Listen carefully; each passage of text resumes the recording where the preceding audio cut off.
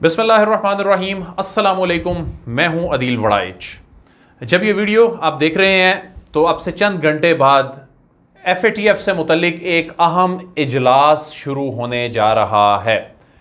अगरचे FATF की जो प्लेनरी मीटिंग है वो 21 से 25 जून के दरमियान होगी, जिसमें 23 जून को पाकिस्तान का ग्रे लिस्ट से निकलने या ना निकलने से मुतल्लिक फैसला होगा। लेकिन एक इजलास जो है वो 15 तारीख से भी शुरू होने जा रहा है और उसमें भी पाकिस्तान का मामला जेर बहस आएगा। तो क्या पाकिस्तान इस मरतबा ग्रे लिस्ट से निकल पाएगा? 5 ममालिक जो हैं ये पाकिस्तान के साथ आ खड़े हुए हैं, पाकिस्तान के साथ दोस्ती का इन्होंने हक अदा कर दिया है और इस वजह से भारत और वो ममालिक जो पाकिस्तान को ब्लैक लिस्ट में खुदा ना खास्ता देखना चाहते थे उनके लिए बुरी खबर है। जबकि एक और कामयाबी भी इस मामले में पाकिस्तान को मिली है। यह मामला मर्ज होने जा रहा था, यानी जो एक्शन प्लान FATF ने पाकिस्तान को दिया था, 27 नुकात दिए थे, उनमें से 26 पर पाकिस्तान ने अमल दरामद कर दिया।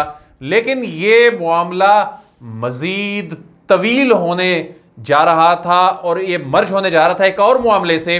उसमें भी पाकिस्तान ने एक बड़ी सफारती कामयाबी हासिल की है।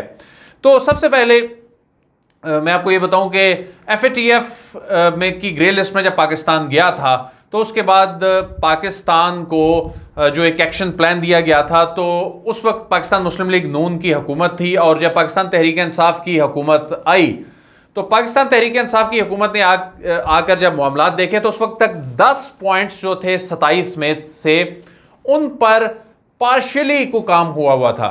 लेकिन FATF के रूल्स ये कहते हैं कि एक भी पॉइंट पर अगर पार्शियली एड्रेस इसको किया गया है, इसको लार्जली एड्रेस नहीं किया गया, तो ग्रे लिस्ट से नहीं निकला जा सकता और अगर कंप्लायंस ना हो तो मामला ब्लैक लिस्ट की तरफ चले जाते हैं।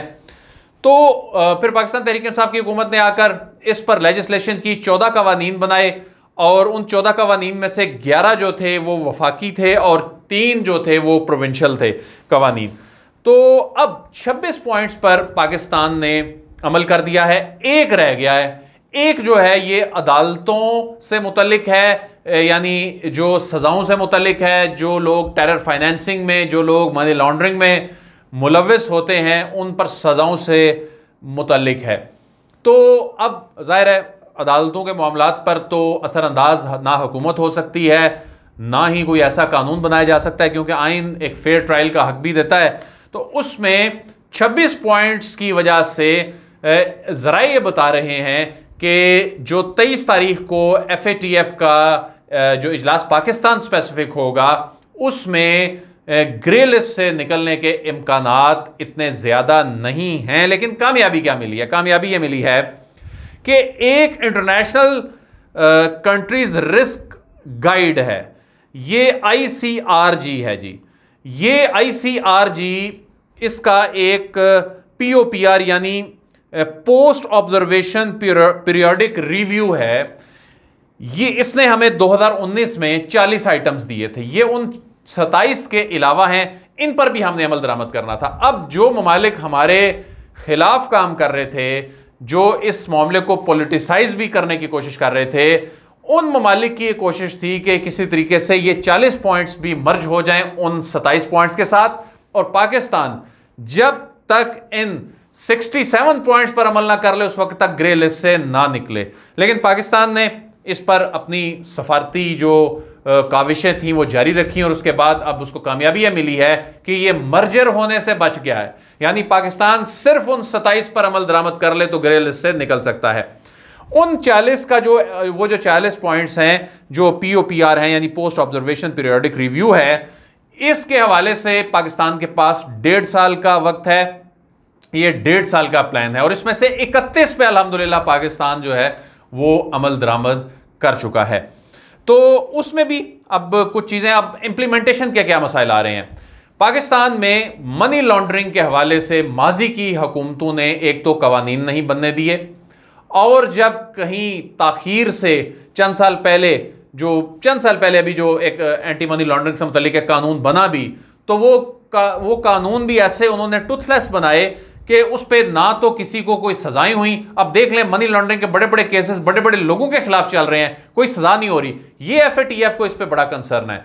तो एफएटीएफ का ये जो कंसर्न है, इसको एड्रेस करना बहुत जरूरी है। और इसमें अगर सजाएं पाकिस्तान में मनी लॉन्ड्रिंग करने वालों को नहीं होती तो ये 27वां पॉइंट जो है ये पार्शली एड्रेस होगा, लार्जली एड्रेस नहीं होगा।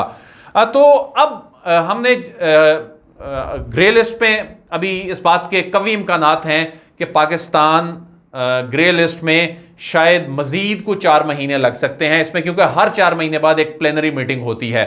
यानी एक तो एशिया पैसिफिक ग्रुप है, उसका इजलास होता है, वो अलग उसका टाइम होता है। इसी तरह ICRG यानी इंटरनेशनल कंट्रीज रिस्क गाइड जो होती है, वो उसका टाइम जो है वो अलग इसका इजलास कन्वीन होने का टाइम होता है। इसी तरह जो प्लेनरी मीटिंग होती है, असल जो प्लेनरी मीटिंग में जो डिसीजन होना है, तो अब पाकिस्तान ने इसको मर्ज होने से चूंकि बचा दिया है, तो पाकिस्तान होपफुल है कि इंशाल्लाह जल्द ग्रे लिस्ट से निकल जाया जाएगा। अब इंडिया हमें जो ब्लैक लिस्ट में देखना चाहता था, खुदा ना खास्ता, उसमें 5 मुल्क 5 से ज्यादा हैं, लेकिन जो 5 मुल्क हैं वो वाज़े तौर पर आकर हमारे साथ खड़े हो गए हैं।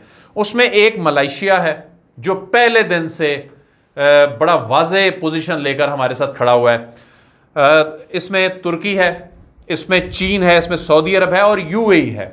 ये वो मुल्क हैं। इसके अलावा जो GCC का जो ग्रुप है, ये हमें एज अ होल सपोर्ट कर रहा है। तो जो 40 के करीब ममालिक हैं FATF में, ब्लैक लिस्ट में डालने के लिए तमाम का मुत्तफिक होना बहुत जरूरी है। और इस कंसेंसस को तोड़ने के लिए 3 वोट दरकार हैं, और पाकिस्तान के पास इस वक्त 5 से ज्यादा वोट हैं। तो ये पाकिस्तान की ये सफारती कामयाबी है। जो लोग कहा करते थे पाकिस्तान सफारती तन्हाई का शिकार खुदा ना खास्ता हो रहा है, या हम जी आइसोलेशन में जा रहे हैं, तो ये है उसकी दलील कि किस तरह बदतरीन लॉबिंग के बावजूद जो हमारे साथ खड़े होने वाले ममालिक हैं वो डट के खड़े हो गए हैं। ब्लैक लिस्ट से हम काफ़ी दूर हो गए हैं, लेकिन ये जो मामला है कि हम जी ग्रे लिस्ट से निकल आएंगे, इस पर रियलिस्टिक बात करनी चाहिए। ये मामला सियासी भी है, ये सिर्फ कानूनी मामला नहीं है। अगरचे पाकिस्तान से FATF ने ऐसी कानून साजी करवा ली है, अगर वाकई में ये इंप्लीमेंट हो जाए तो ये हमारे मुल्क के लिए बहुत फायदेमंद है। लेकिन जो मुल्क ये सब कुछ करवा रहे हैं वो खुद इस पर पूरा नहीं उतरते। यानी तरक्की याफ्ता ममालिक भी मनी लॉन्ड्रिंग के पैसे से, वो जो इमरान खान का करते हैं ना कि तरक्की पजीर ममालिक से पैसा लूट कर ले जाया जाता है तरक्की याफ्ता ममालिक में, वो बिल्कुल ठीक बात करते हैं और उनकी मईशत इस पे चल रही है।